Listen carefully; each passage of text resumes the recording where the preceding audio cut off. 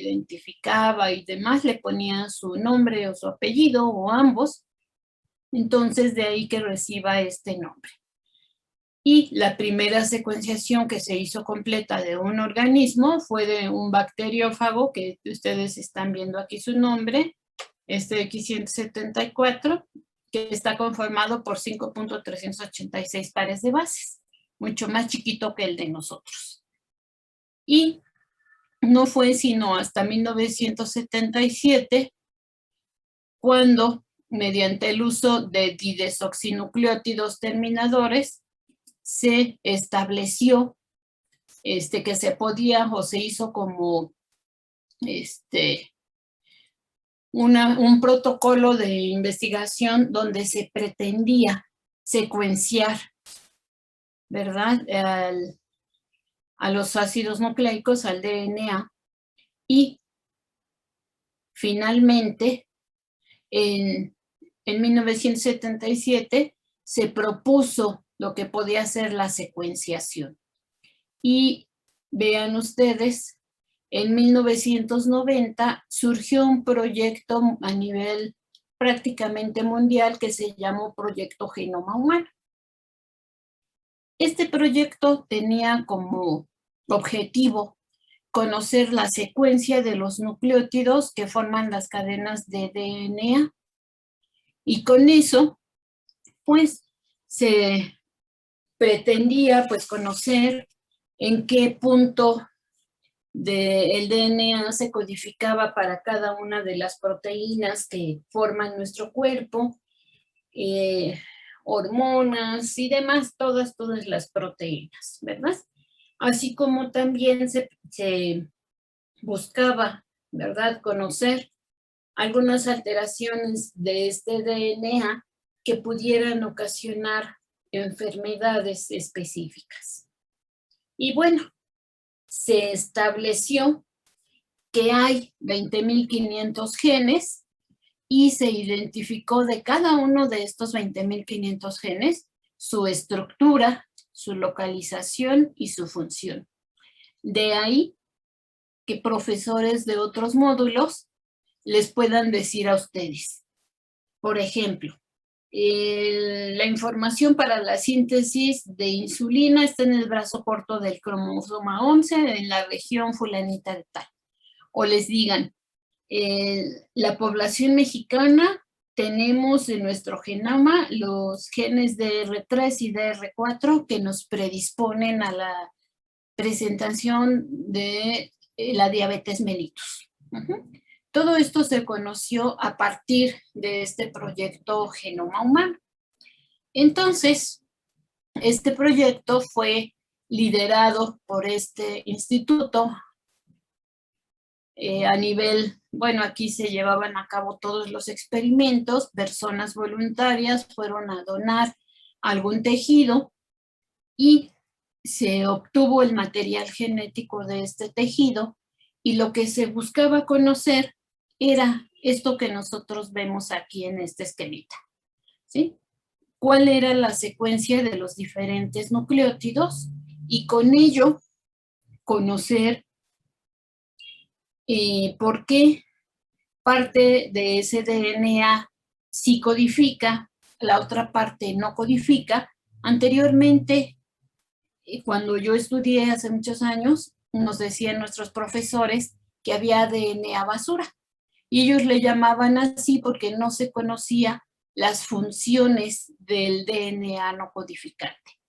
Ya a partir de que se llevó a cabo este proyecto, se conoció que no era basura, ¿verdad? Que nuestras células no guardan basura, sino que la función o las diferentes funciones de ese DNA no codificante son dar regulación a la expresión de la parte que sí codifica. Tienen una función principalmente codificadora.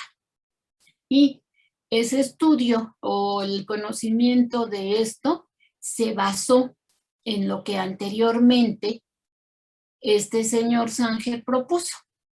Entonces, se utilizó para conocer el orden exacto de los nucleótidos de nuestros genes, así como les mostré hace un momento, y también se determinó qué regiones de los cromosomas contenían genes y cuáles no eran codificantes, sino reguladoras. Y aquí tenemos un ejemplo. Perdón. Aquí vemos que este cromosoma 21 contiene 400 genes con más de 40 millones de pares de bases y que la alteración en la secuencia de estos nucleótidos que forman parte de este cromosoma se asocia a enfermedades como el Alzheimer, la esclerosis múltiple, que es por deficiencia de la enzima superóxido dismutasa, la homocistinuria, la sordera, la miopatía de Bellham y así sucesivamente.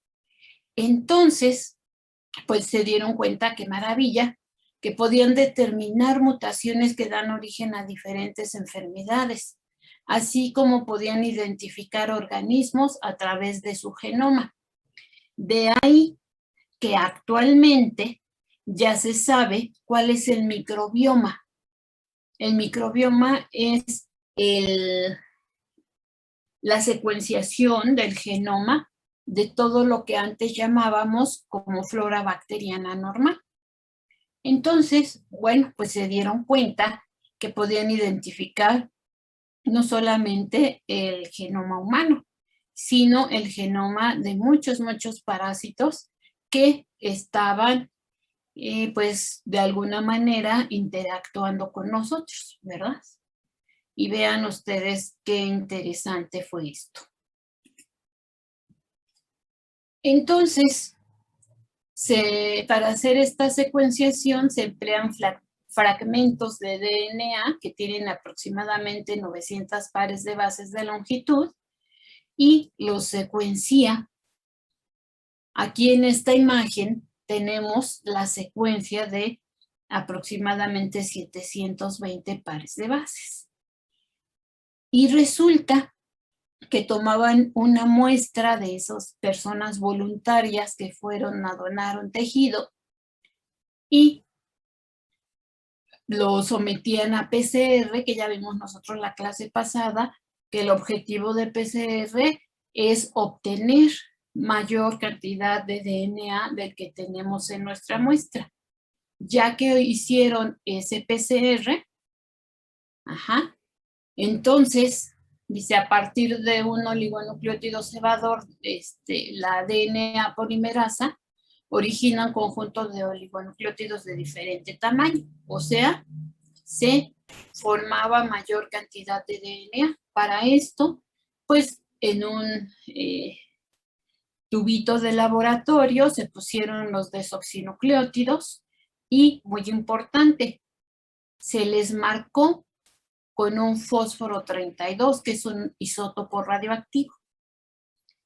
Y esto, pues, es muy importante porque, vean ustedes, tenían la cadena molde, un cebador aleatorio y la DNA polimerasa ponía aquí, ahora sí que valga la redundancia, polimerizaba, tomando como guía la cadena molde y decía, aquí hay guanina, pongo citosina, aquí hay adenina, pongo timina y sintetizaba mayor cantidad, pues, de esta muestra de DNA que se ponía. Eso hacía la DNA polimerasa. Ya saben ustedes, vimos desde que abordamos el tema de replicación, que para que se sintetice nuevo DNA necesitamos un primer o cebador, que es un pequeño fragmento de nucleótidos que nos va a proporcionar un segmento libre para en ese nosotros o a partir de ahí se pueda sintetizar la nueva cadena de DNA. Y aplicaron o también pusieron ahí, además de la enzima DNA polimerasa y el primer, los diferentes desoxinucleótidos, desoxiadenintrifosfato, desoxiguanidiltrifosfato, etcétera. Y los pusieron ahí pusieron la cadena molde, que era la muestra que tomaban de ese tejido, y el dideoxinucleótidos en versiones terminales. Por eso tienen la doble D, porque son los terminales para que se secuenciara esa cadena nueva.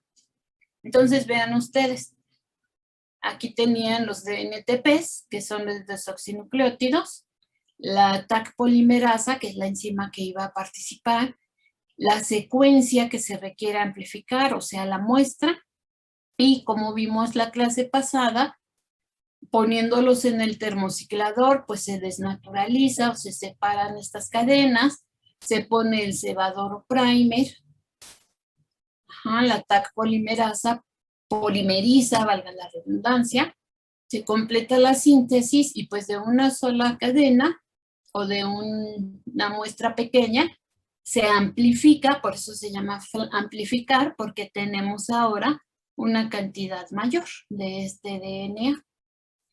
Entonces, acuérdense que se les ponía un isótopo radiactivo de fósforo 32, de tal manera que eso permitió que cada uno de los 3 billones de bases del genoma humano fuera secuenciado muchas veces. Y ya que fue secuenciado muchas veces, vean ustedes, ese material, ese isótopo radioactivo que les ponían, emitía una luz, una radiación, o sea, los marcaba químicamente. De tal manera que, vean ustedes, la DNA polimerasa adherida a millones de pocillos, toma como muestra la cadena de DNA, sintetiza la cadena nueva, y algo muy importante, dice, se traduce en una señal que es captada por una cámara. O sea, ese isótopo radioactivo que le pusieron es captado por esta cámara especial que tienen los investigadores en sus laboratorios y es reconocida como una señal por los nanosensores. De tal manera que pueden ellos conocer cuál es el nucleótido que va ahí. Y nos dice guanina en azul, adenina en naranja, timina en verde y citosina en rojo. De tal manera que ya se conocía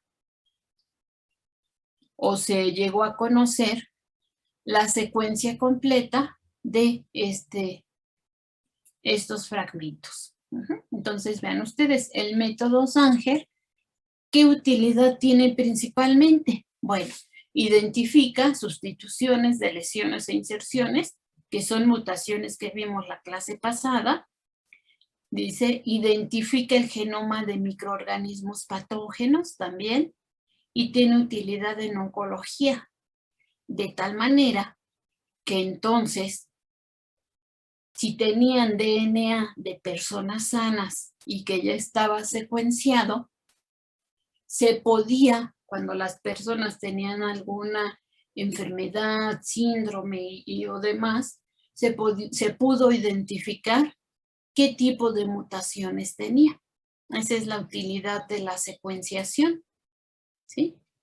Por ejemplo, aquí nos dice que pudieron identificar una translocación, que es cuando un segmento o un pedacito de un cromosoma se pega a otro cromosoma. Un pedacito del 9 se va al 22 o al revés. Y eso pues va a ocasionar enfermedades. Y esto que está acá de sustitución de lesión, lo vimos la clase pasada, que también puede ser identificado. Entonces, muchachos y muchachas, resulta que las diferentes reacciones de este método Sanger, dice que se lleva a cabo por separado, ¿sí? Permite que este isótopo radioactivo marque a cada uno de los desoxinucleótidos.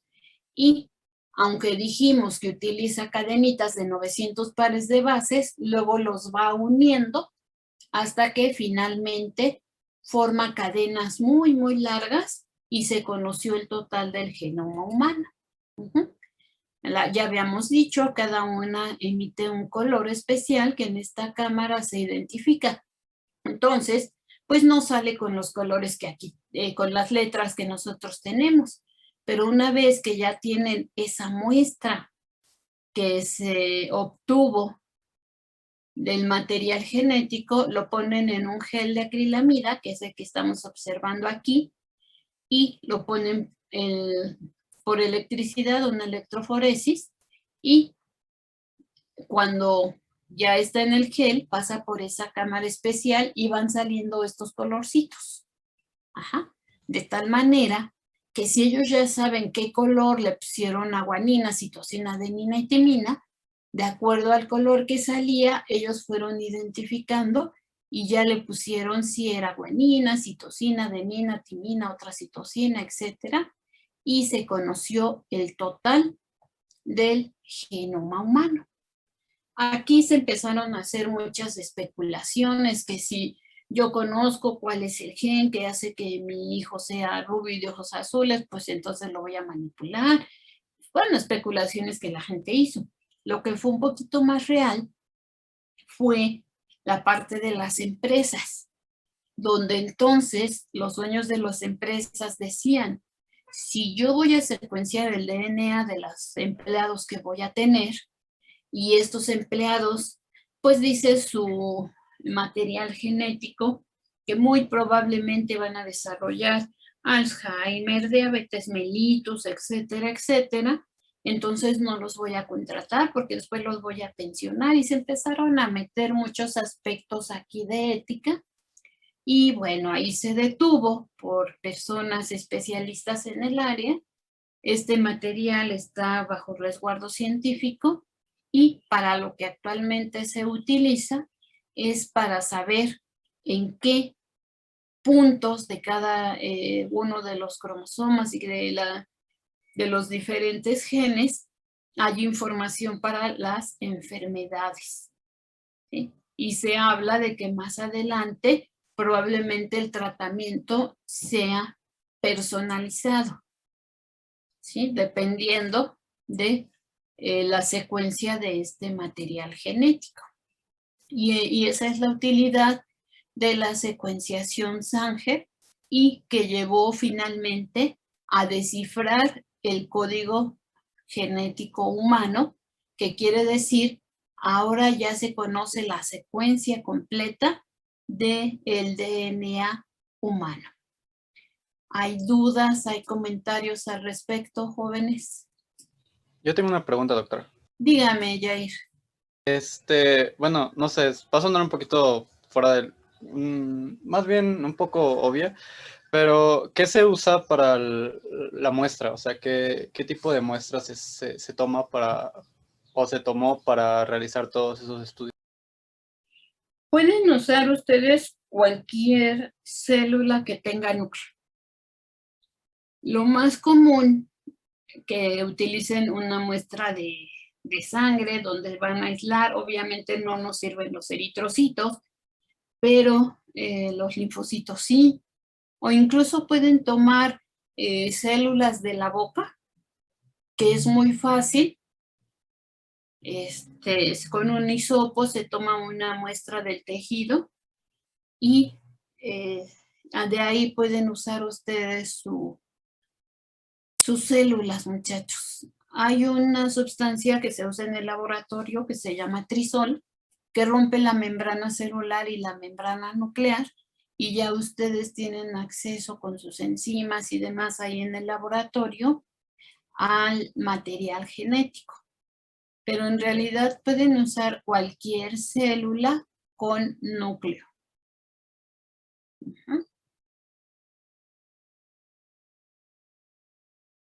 ¿Alguna otra pregunta, jóvenes?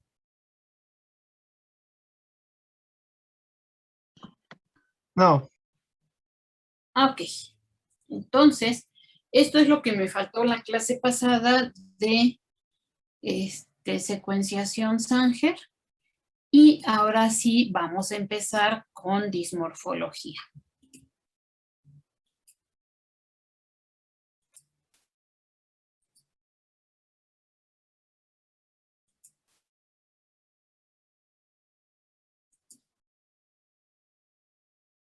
¿Qué estudiaron de dismorfología, chicos?